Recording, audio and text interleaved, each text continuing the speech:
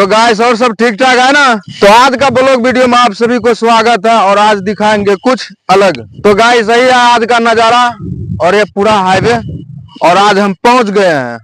जो आपको जो बोल रहे थे ना गाइस कि हम क्या करेंगे इसी हाईवे में और कुछ नहीं काम करेंगे गाइस। तो हम आज आपको दिखाएंगे अपना खोली, तो आप लोग बने रहिए। तो गाइस यही रहा अपना खोली वो छोटा सा। तो गाइस आज देखे ना कैसा धमाकेदार ब्लॉग है। तो गाइस आप लोग ऐसे ही प्यार दुलार दीजिए। आप सभी को रोड नहीं पूरा हम हाईवे दिखाएंगे, हाईवे घर ले जाएंगे आप लोग के लिए।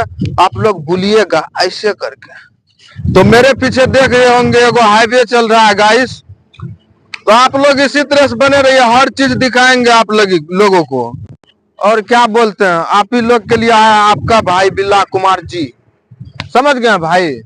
और हम भी आज से ऐसे चलेंगे आप ही सबके स्टाइल में। तो गाइस आप लोग मस्त रहिए और स्वस्थ रहिए और दिखाएंगे कल ऐसे ही वीडियो बनाएंगे। कल से मेहनत करेंगे गाइस आप लोगों के लिए। बस आप लोग सीधा चलिए, ऐसे नहीं चलना है गाइस।